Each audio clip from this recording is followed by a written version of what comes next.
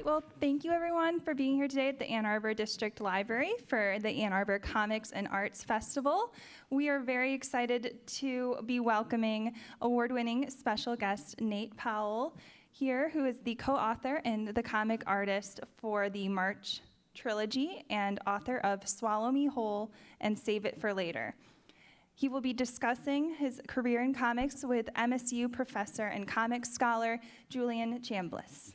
Please welcome them to the library today. Thank you for being here. Thank you. Thank you. Thanks, gang. It's working. Thank you, Nate. Well, thank you, Julian. I really appreciate the opportunity to speak with you about your work and about comics. I'm going to assume that everyone does not know your life story and sort of start with some basic stuff, because I think that's, when we do interviews with people, we just got to assume that everyone knows everything. So could you tell a little bit about your career, your education, how you sort of got into comics? Because I think it's really interesting to sort of think about the pathway of a comic artist, a graphic novelist, like what gets you there? You bet. To take it way back, so I'm 44, I was born in 78. Grew up in an Air Force family, and the common thread that kind of kept that consistency from moving around a bunch in the Reagan era was comics. I got into comics because in 1981, Wonder Woman, the Hulk, and Spider-Man were all on TV at the same time. That was the gateway drug. And so I started, actually, Dan Mishkin, who helped set up and organize this whole thing. He was the writer of the first run of comic book issues I ever read. He wrote this maybe like 12-issue run of Wonder Woman that made me a lifelong comics reader.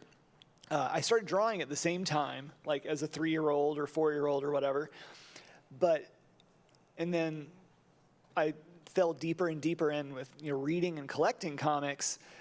However, I never put 2 and 2 together that I might enjoy drawing comics until as like summer after 6th grade, my new best friend, Mike Lyerly, who is still one of my best friends and lifelong bandmates and everything, he was like an old timer who'd been drawing comics for like 2 years. And I was like, whoa, you're a good drawer. But it's important to state that he had to say the words like, oh, we should make comics together. And that was the thunderbolt where I was like, oh, we should. I would love that. And really, I never looked back from that moment. We immediately hit the ground running. He's like, oh, yeah, I've been cooking up this one idea for a while. And we jumped on that. And, this is us as X-Men, Daredevil, loving young adolescents in pre-internet Arkansas. It's increasingly important to state in a complete cultural vacuum.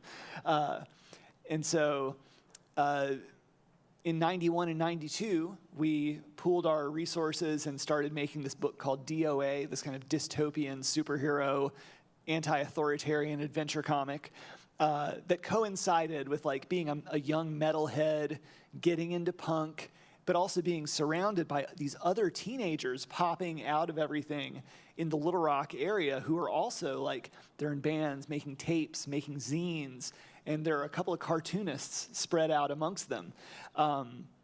So we self-published, probably 6 or 7 issues of that book DOA. It was sold at one shop and out of our backpacks. As I started to get less interested in superhero narratives, I started making, personal zines with bad poetry and lots of art. But pre-internet Arkansas, I really didn't have a concept that comics could exist that weren't superhero or power adventure comics. And so it really took leaving Arkansas for college before I realized that the personal stuff that I was putting into my zines could function as comics. And so really from 96, 97, getting exposed to a variety of books, and especially having the form opened up through understanding comics around 97, it was sort of like a massive reset for me. I had a a band for a long time called Sufi Nun Squad, and starting with our first tour in '97, that was the first time I was able to sell comics outside of my home state and becoming a part of these larger cultural or subcultural networks. And I got a degree in cartooning from School of Visual Arts in New York City, and immediately, like, left the city. Like, a lot of my friends went on to Marvel internships and working for Nickelodeon, and a bunch of them became famous, influential artists in their own right. I was like, I can't wait to go back on tour with my band and sleep on a stranger's floor, which I did for many years. And like, I was making comics and self-publishing during that period, but it wasn't until my band ran its course and broke up that I was like, oh, I've scheduled my whole life around this. And that's actually the reason I've never done a long-form comic. So to wrap up that pre-story, as my band broke up in 2006, all of a sudden I was like, oh, I can do a graphic novel. Like, I have all the time in the world. It's like I don't have to schedule everything in these like 3 to 6 month chunks. It's okay to spend a couple of years making something. And that really set me on the course that leads to today. It's great to hear you sort of talk about it, because I know from sort of looking at your life story that you were like sort of in, as is the case for a lot of kids who are starting out in comics, doing it in a community of like one or a really small community in a small town. And I'm really curious, like, what were the things that you saw beyond like the things on television, like the early Marvel Cinematic Universe, I like the joke, that in comic form, like, for instance, a lot of people talk about Mad as like, oh, that was the thing that really got me in. Or people will talk about superhero comics, but it strikes me that you also had a lot of connections to a lot of subcultures in music and punk in particular that really seem to drive a kind of fusion with the comic culture. I'm curious, like, how do you think about those connections in terms of your story? Fusion is a really great way to encapsulate that. So to answer part A, the outlier comics that really planted seeds while I was in the 80s and early 90s just reading, like, whether it's G.I. Joe and Transformers or X-Men and Daredevil, being exposed to this Marvel comic, The Nom, from '86. Like, I was this G.I. Joe kid, military obsessed in a military family. Basically the bookshop owner was like, there's no G.I. Joe this week. You should check out this new book, The Nom. It's for real. And in a nutshell, it was structured so that it was written and edited by 2 Vietnam veterans. But perspective-wise, it was episodic, monthly, but each issue covered 1 month in a 12-month tour of duty of a drafted, enlisted GI, a teenager. And so, importantly, it highlighted, the long stretches of boredom punctuated by moments of sheer terror, the contradictions, the complexity. It fully, for the first time, made me understand that I was absorbing something through G.I. Joe that was a cultural fantasy. And for the first time, that comic book, The Nom, allowed me to ask questions and have real conversations with my dad, who was always gently cautioning me about, like, jingoism and, unwarranted patriotism and, but he was always, and remains always, like, very good about giving me my space to figure it out on my own. But thanks to that comic, I was like, check this out, Dad. I've got a lot of questions. And he's like, I'm ready. But yeah, like, then fast forwarding to that sort of fusion, like in Little Rock, Arkansas, it's a mid-sized metropolitan area. There is a college, but it is not a college town. And this is important because there simply were not a lot of resources, like, for young people who are bored and creative and are looking to make something happen. And so it naturally fostered a DIY spirit for this type of discontent. It was just a really nice process of discovering there are other misfits around. And, like, because of the size of the town, it's like when I discovered underground punk and there were these other young people like me,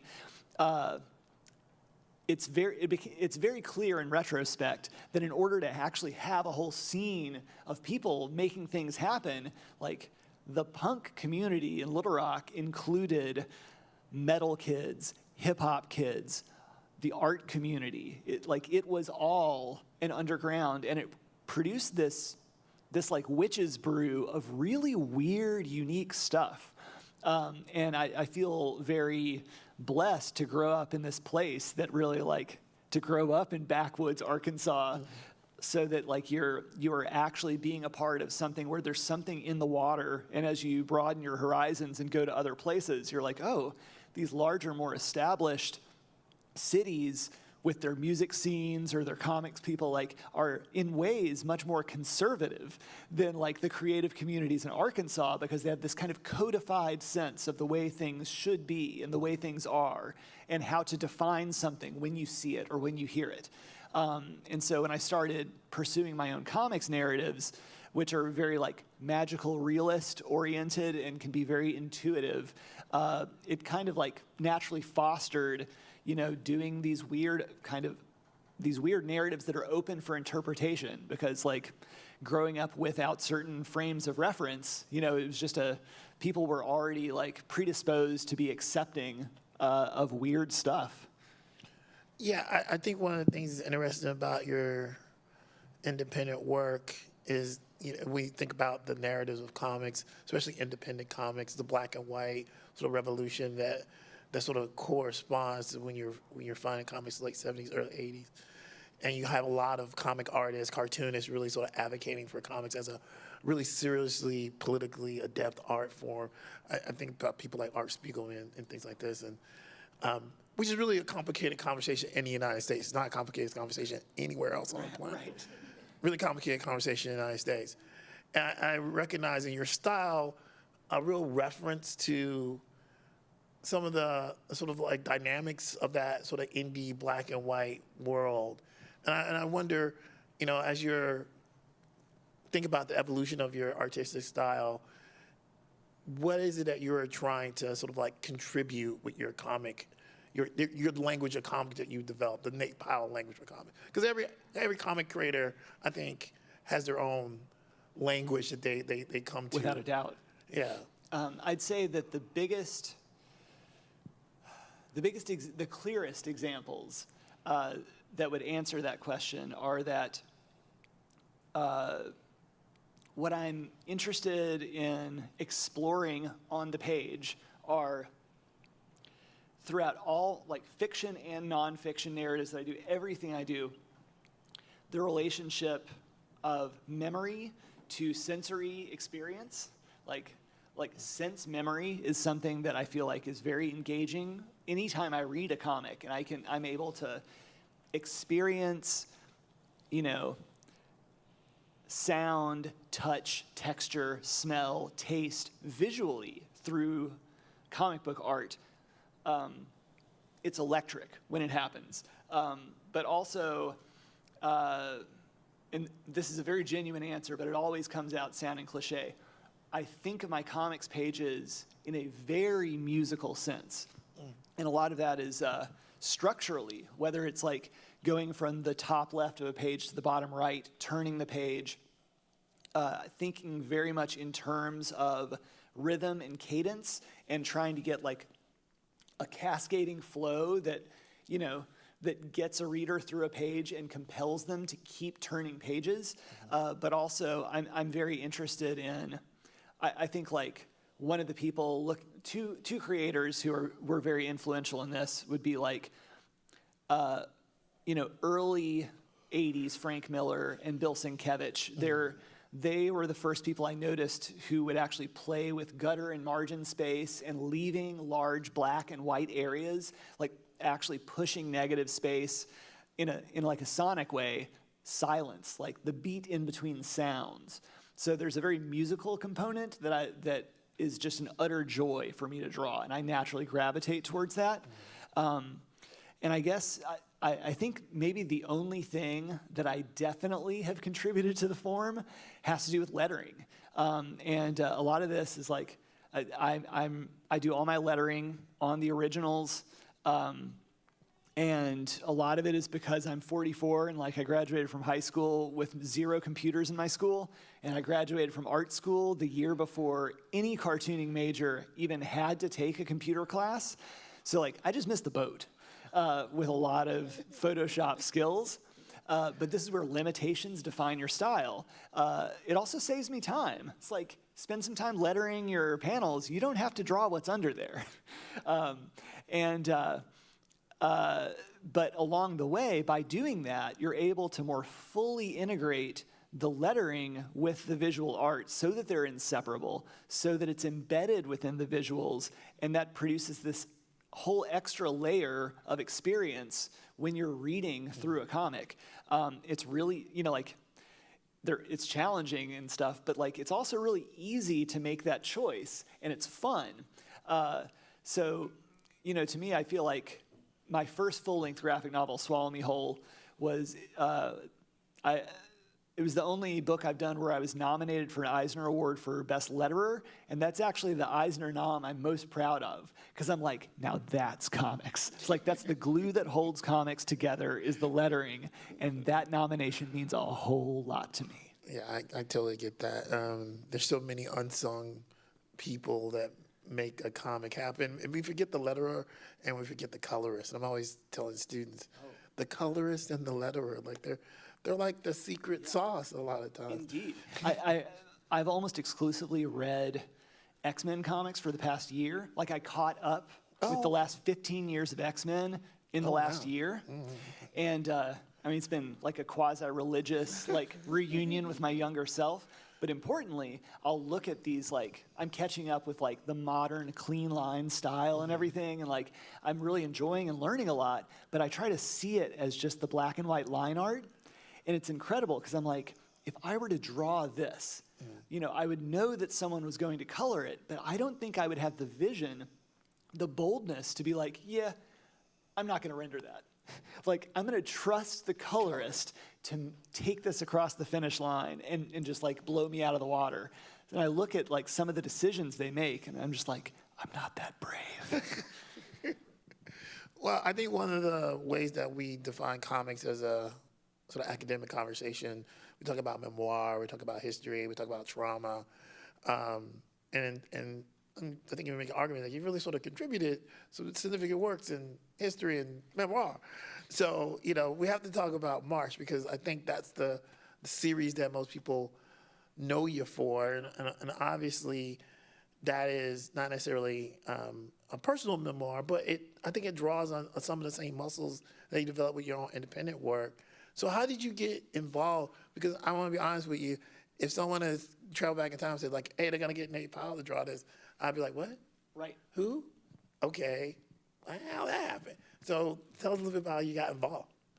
Okay, so before I came on board for March, this summer, this is the 10-year anniversary of March, so this can be part of the kickoff for the happy anniversary March celebration. So it came out in 2013. Congressman Lewis and Andrew started work on it in late 2008. That's when the seed was planted, or in summer 2008. Once they were on board with each other, they spent about 2 years working up Andrew's eventual script, which was for a single volume, about a 270-page book called March. And they got a deal with my longtime publisher, Top Shelf, with no artist. I was finishing up Any Empire, and I was on my lunch break up in my room looking at Top Shelf's website, and I was like, oh, interesting. I was like, this book, March, civil rights movement history book, John Lewis, who I do not know very much about, I admit. I was like, this sounds awesome. Well, back to work. And I just it never occurred to me that the lack of mentioning an artist meant there was no artist yet. About a week later, Chris Staros, publisher of Top Shelf, called me. It was like, Nate, I just want to make sure you saw our press release. And I was like, yeah, awesome, congratulations. He's like, yeah, about that.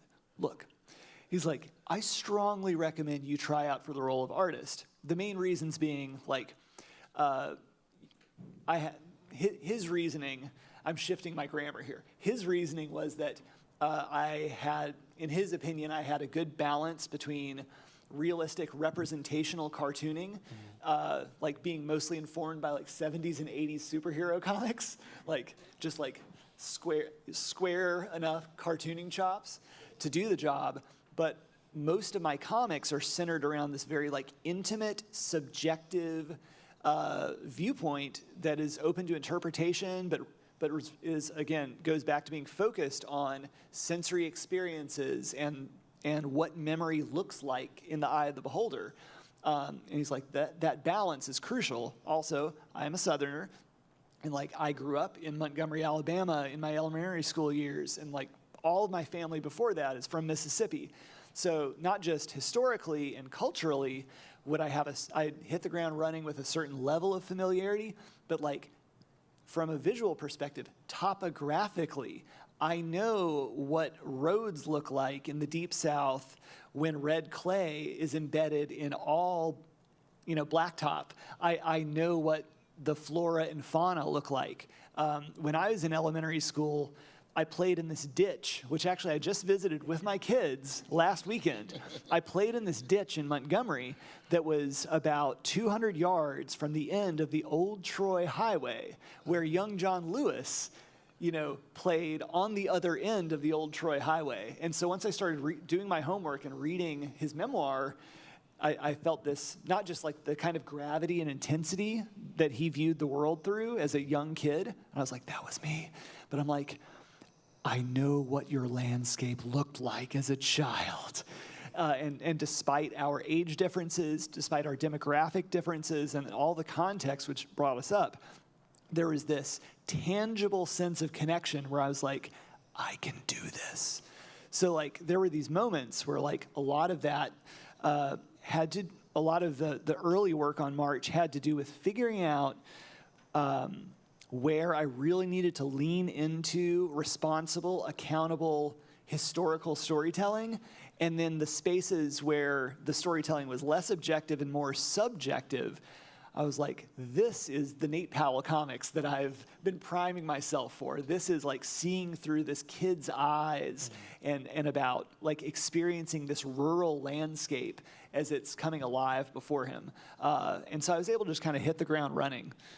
When you were doing the work of sort of interpreting that script, I think it's easy to think, well, I know it's not, but most people don't actually know the civil rights narrative. And Correct. They don't really know. Like they know, like I teach kids all the time and they go, slavery, end of slavery, Jim Crow, everything's fine. I'm like, no. Right. There's a lot of gaps there and so actually John Lewis is a really interesting figure, in part because he is so intimately connected with like the flow of civil rights, right? Yes. And you really see that in March. Like that's one of the things that really makes it like a great thing in the classroom, because it's not when you're looking back and you're seeing it from his perspective, which really comes through.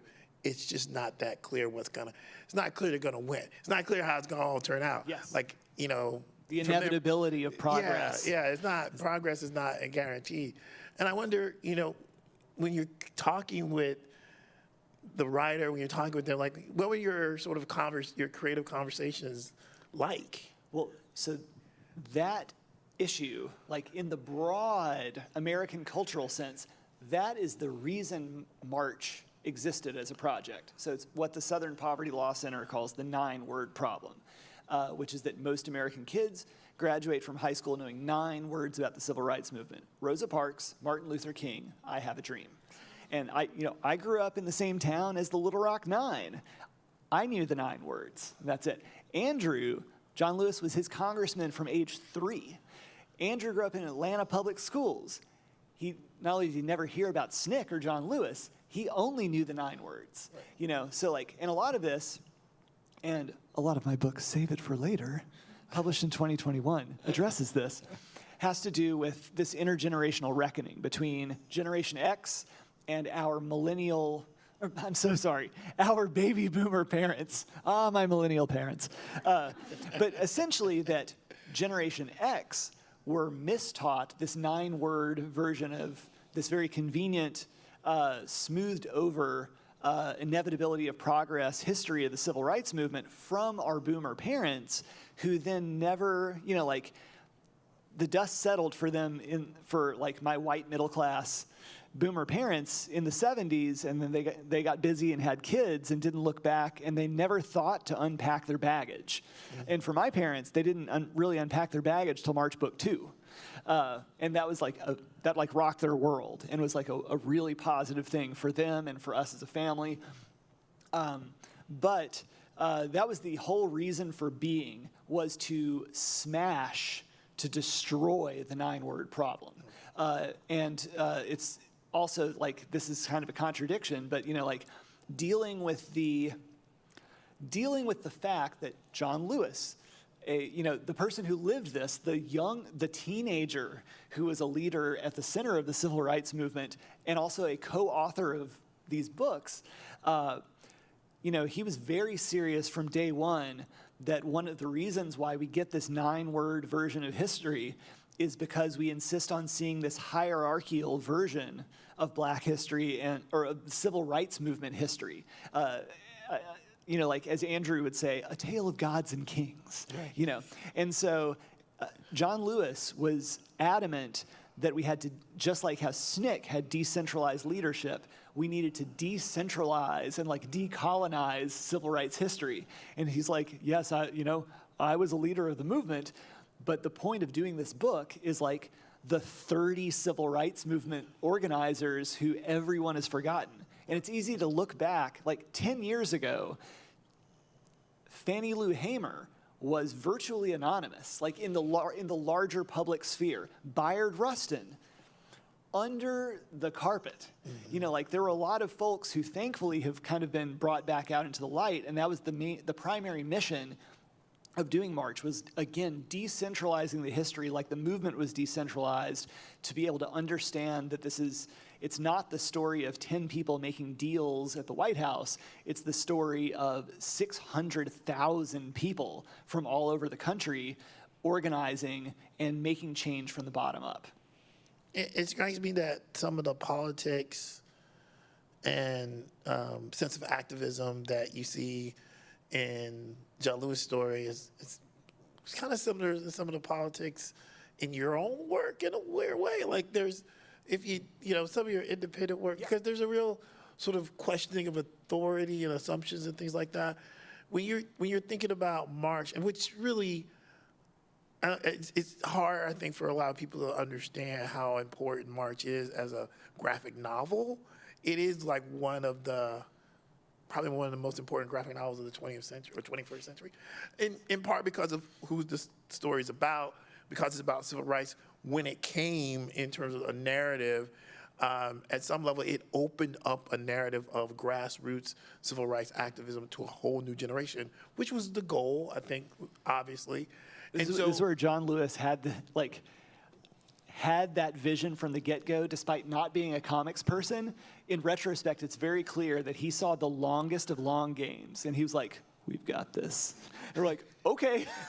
Well, and ironically, of course, in his own personal story, he'll talk about how he read the Montgomery bus boycott comic. Yes. And that got him involved in civil rights, right? So as a kid, he read a comic book about Montgomery bus boycott, and he was like, oh, right? It was a transformative thing. And so now, as an icon himself, he creates his own comic. And I remember seeing a picture of him cosplaying as himself at San Diego Comic-Con, which I was like, that is Uber, that's like Mac to the factor of 10. So this 1957 comic about the Montgomery bus boycotts, this is where history is so close, the pieces are touching. Yeah, teenage John Lewis, who just moved to Nashville, used that comic as a primer in the earliest nonviolence workshops led by Jim Lawson there in Nashville, and Dr. King had parallel workshops. But this comic has its own insane history. Literally, it was sold and given out of the trunk of Dr. King and Jim Lawson's cars and in church basements while training for the sit-in movements. It is wild. Okay. So then jumping forward, to Now, March Book 1 is out. We take him to San Diego Comic Con, and we're like, Congressman, the congressman's being so gracious, letting us take him to like this nerd haven, But this is where you so John Lewis, he was a young radical in the broader civil rights movement pre-1966. He was considered the kid and like the incendiary radical of the more visible wing of the movement. But also, he was like independently of a very hippie mindset, And so just a very uncompromising person, but a real child of the 60s. So we were like, thanks for being here at San Diego Comic Con. And, eventually one of us had the courage to be like, so Congressman, like, what do you think about this insanity? Like 140,000 people go to it every year when it happens. And he was like, all he said was, with utter sincerity, it reminds me, and keep in mind, this means there's Bikini Deadpool is walking by in cosplay, and it's just like this pool of cosplay happening at a scale that you have never experienced, perhaps. It just like throngs of costumed freaks in the best possible way. And he's like, it reminds me of a happening from the 60s. Everyone here is just so free to be themselves. And like Andrew and Lee, our editor, like each of us, like our heads just like melted at the moment. And we were like, he's way more into this than we are. And so then we brought him back 2 years later, and he kept joking where people would interview and be like, Congressman, what do you think about the cosplayers? Or, asking that kind of question. And at first he was like, I was thinking about coming back as Moses. I'd cosplay as Moses with a sign saying, let my people vote. And we're all like, ha, ha, ha, ha.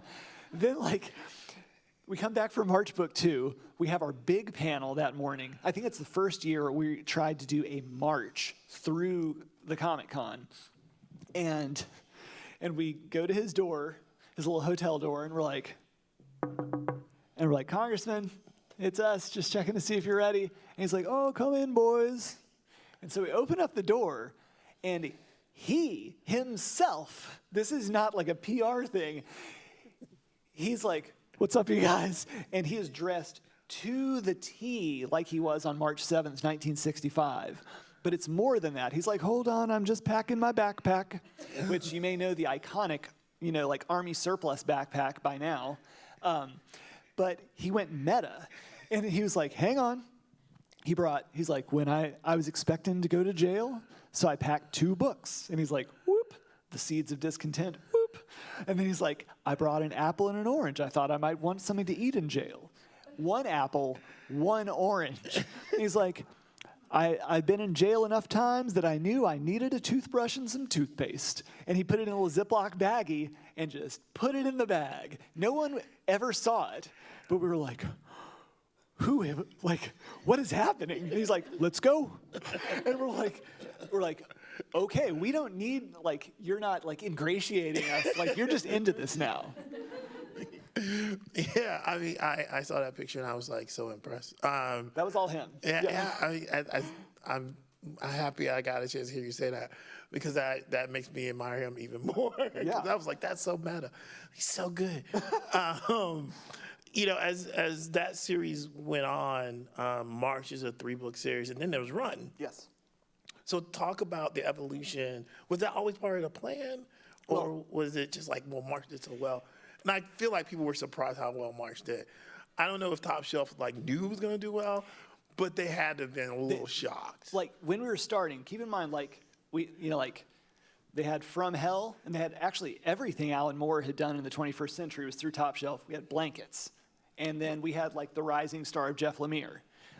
However, Chris Staros from the get-go is he's like, this will be the biggest thing Top Shelf's ever done.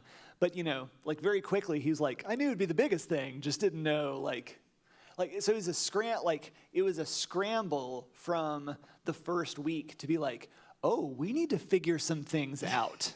And so it set a precedent where while we were working on book 2 and touring every week or every other week to do stuff for book 1, we were also being like, oh, we're hearing back from like teachers and librarians about using it as history in history class. What does that mean? What I mean is, how do you keep a history book in history class? What are the guidelines and parameters, which meant adjustments in the way we wrote, fact-checked, edited, drew, and those show up in different ways over the course of the 3 books. Adjustments to what is and is not permissible to allow this to function as history and memoir. Run, which is essentially March Book 4, but has a very different tone and vibe, essentially it's the incomplete saga of his transition from direct action to public service, in a nutshell. It's like the path that leads him to be on Atlanta City Council and be in Congress and everything. And so it's a sad, weird story that has a lot of like betrayal and hurt and abandonment and him, seeking out his own path.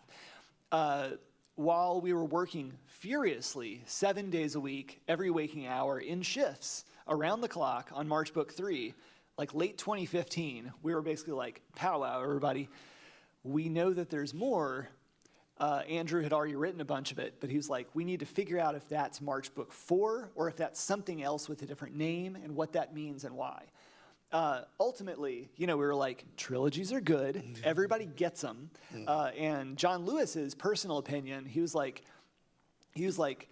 this story, like the history as documented by the story in March, has a very satisfying arc.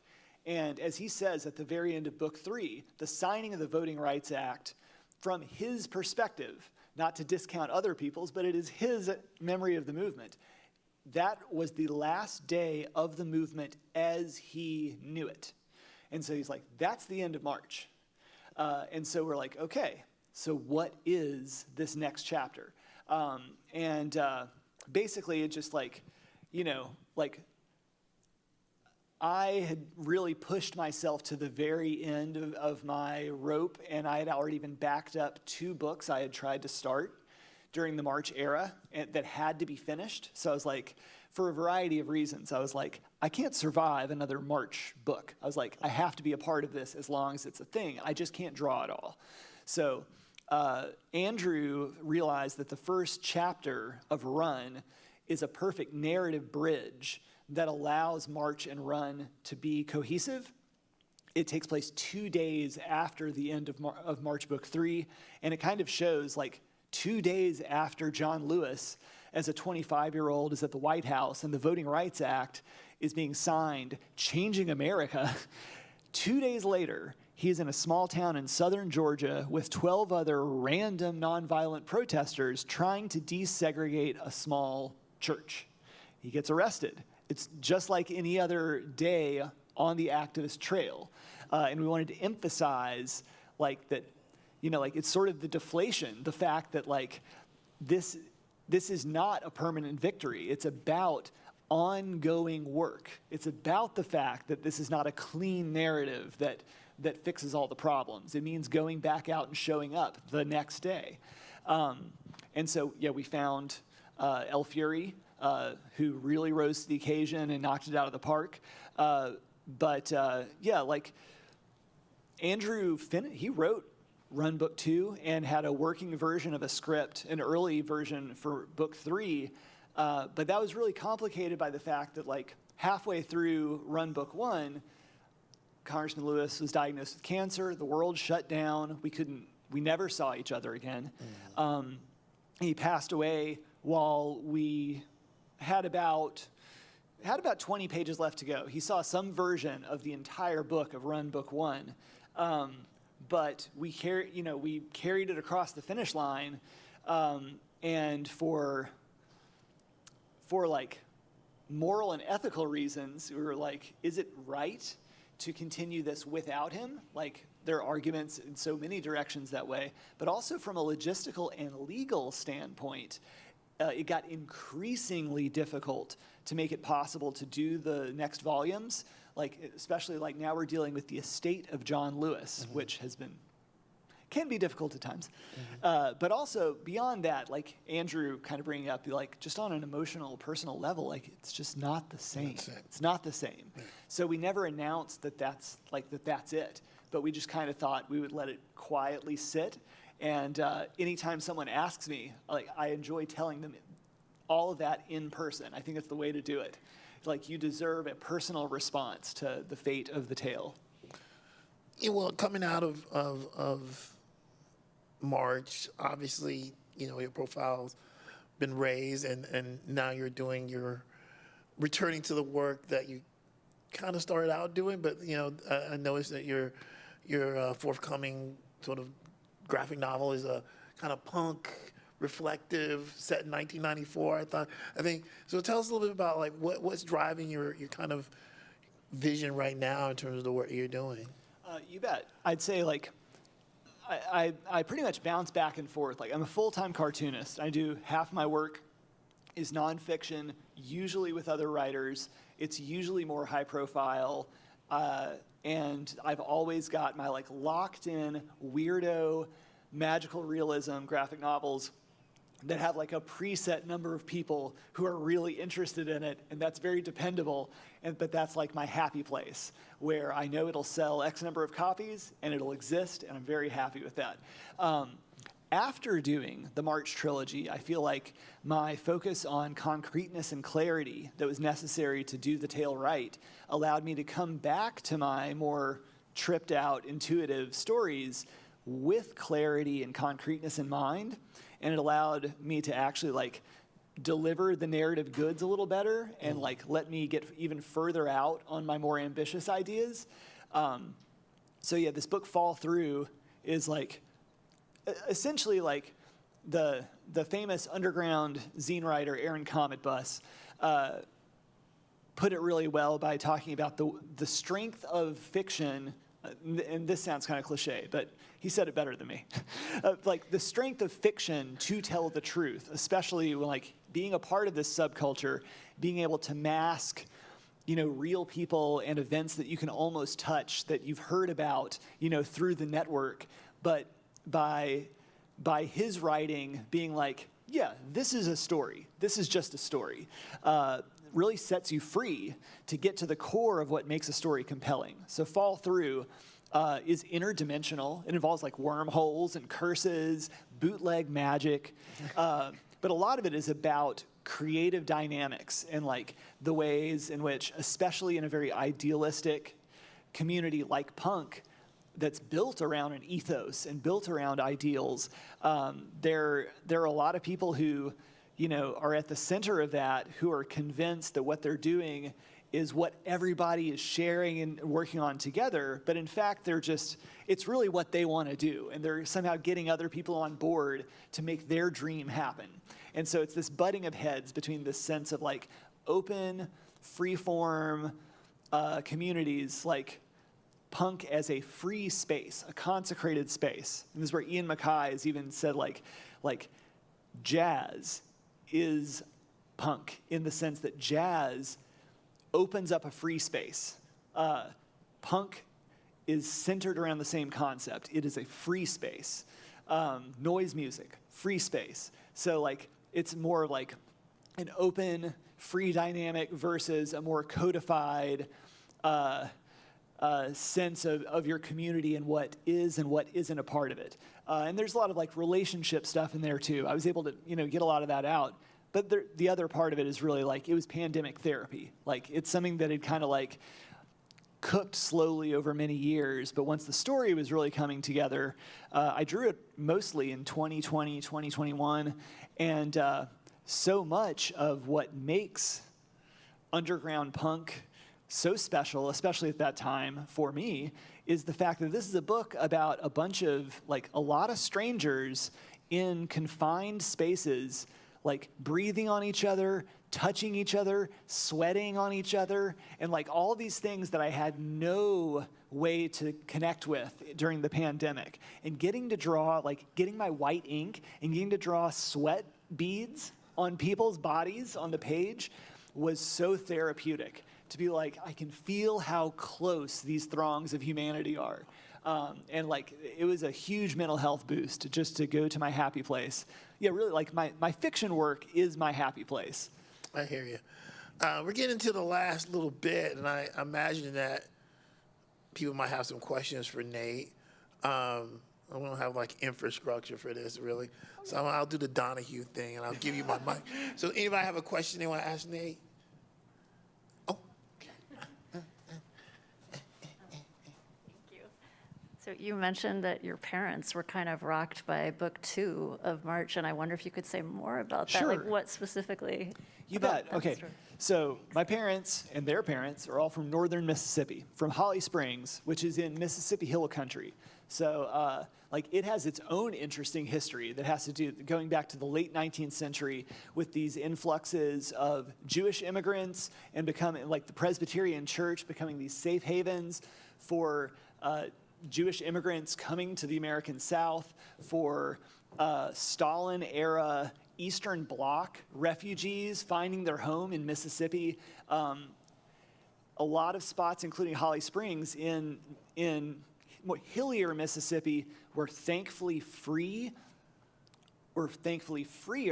of a lot more of the violence and murder, white supremacist murder throughout the Jim Crow era, despite being a deeply segregated community. Like to this day, driving my kids around, like really being like, yes, welcome to small town Mississippi. Like the population of this town is 50% black, is 50% white. And, despite all the history you guys have grown up absorbing, I was like, here is the street that fully segregates this town, and like being like, now is your chance to see this and feel this and like feel the closeness of history.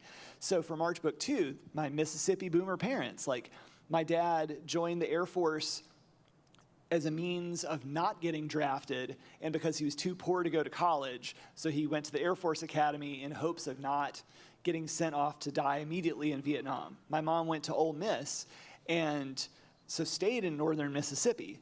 And was there in '66. Like she was there after the 1963 James Meredith. Desegregation. The desegregation of Ole Miss. But so Oxford, Mississippi is like 22 miles from this town where my family is from. And so this is the kind of, when I talk about baggage that my parents or that Southern white baby boomers hadn't yet thought to unpack or that still needed to be unpacked, it was March Book 2 and documentation of the freedom rides or violent backlash to the sit-in and stand-in movements. And as they got older, like preparation for the March on Washington, the bombing of 16th Street Baptist in Birmingham, these were close enough in their memories, but they still seemed extremely abstract, which is, part of that is our hyper-connected society makes everything seem so much more disconnected in the recesses of memory. But for the first time reading March Book 2 together, they verbally were able to kind of unpack and confront, and I think they even used the word, their complicity by just being, like their ignorance of what was happening 20 miles from their town, but also their complicity in that by just benefiting from white supremacy, benefiting from this hyper-segregated Mississippi society. Something that, like, especially as our parents grow older, it's like, or as each of us grows older, it's that battle to not dig into your comfortable ways, but to continue asking questions of yourself and where you came from. So that was a very encouraging sign to be like, oh, I helped open up this way that would prevent what I was expecting to happen with my parents, which was basically to refuse to dig deeper into questions about this era in their lives. But it sort of forced the memories to be unearthed, and it was a very healthy thing. Like having my parents and their like general, like harmony-seeking selves, like really dig into discomfort about their own lived experiences was a fantastic change. Thanks. I was really taken by your expression of how comfortable it was for you to realize that you needed to represent this place where you were from, right? But it seems to me that that only takes you so far, right? And that you've got this material culture of what the buildings were like and the spaces and the objects. And then you've got the immaterial meanings and feelings that you've got to get right for Lewis and others. So, what was the process like for those two parts, getting the places right and getting the meanings and the feelings right in your illustrating process? Well, thankfully, the more time-consuming part, the tangible material part of capturing history, that was the easier part.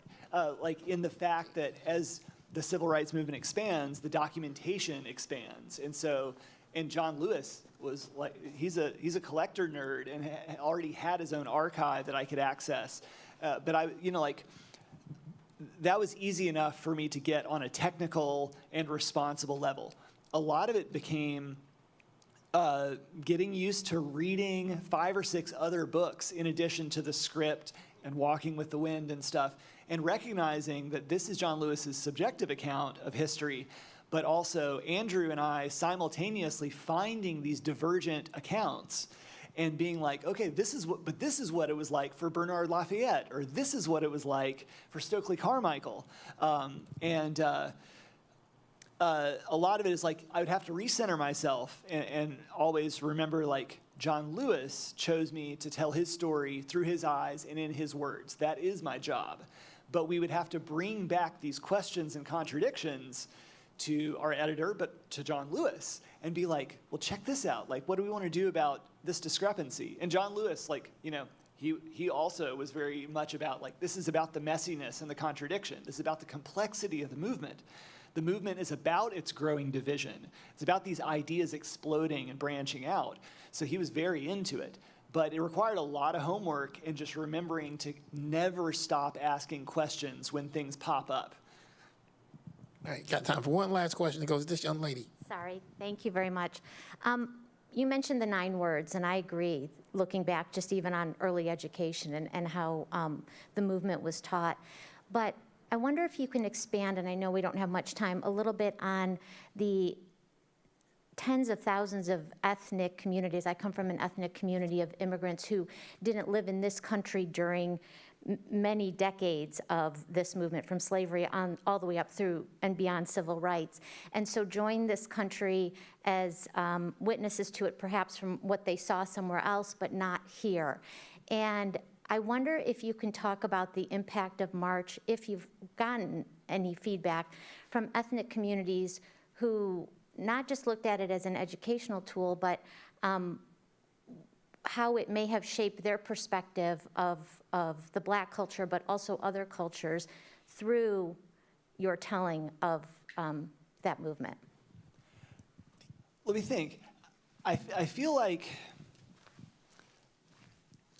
a lot of the feedback has, maybe this is because it is very rooted in John Lewis's subjective, this is the memoir half of it, where it was like we allowed it and it was able to rest comfortably as what it was. In general, I feel like it has allowed a lot of room to open up space for other communities and other ethnic groups to feel empowered to use this specific medium as an accessible, democratized way to tell their histories and their struggles. The most specific example I can think of is there's an organization out of Minneapolis called Green Card Voices. And I did a cover for a comics anthology that they worked on called Our Stories Carried Us Here. It's basically like, I believe it's 11 standalone stories from various people from various immigrant communities to the United States, and this is centered in Minneapolis. So there's a strong Somali focus as well, and Central American focus. But a lot of this really goes back around to in my opinion, I know March is near the center of this, but this is about the power of comics. It's the fact that March was kind of a proof of concept that comics were a powerful, effective accessible medium that allowed people to tell their stories without some huge corporate sign-on and an enormous budget and stuff. And that awareness of the power of comics allowed other groups like Green Card Voices to be like, we're starting a publishing imprint that's entirely comics based. Like after they put out the hardcover anthology, they've continued to do single volume releases from single creators, from individual ethnic groups. Andrew Iden also has gone on to work with the New York City Department of Education on a series of like basically civics for all comics that are focused on like whether it's like voter registration, immigration, the immigrant experience, LGBTQ history and experience, but as standalone like 36-page comics that are utilized throughout the New York City public schools. So in short, I think it has less to do with March's impact on amplifying these voices, but March showing the ability of this medium to let people tell their own stories, which was exactly what happened in those specific examples. So I appreciate that it kind of like did a solid for comics to do what it seems to do best. All right, that's perfect timing. Thanks so much, Nate, for Thanks, Julie. taking the time. You bet. Thank you both for being here. And Nate Powell will be doing a book signing in the front lobby right after this. It'll be at the Green Brain table that is towards the back of like the front lobby where we have like a screen normally. So you can see Nate Powell down there if you'd like to talk more and get some books signed. And the books will be available for sale as well. Thanks, y'all.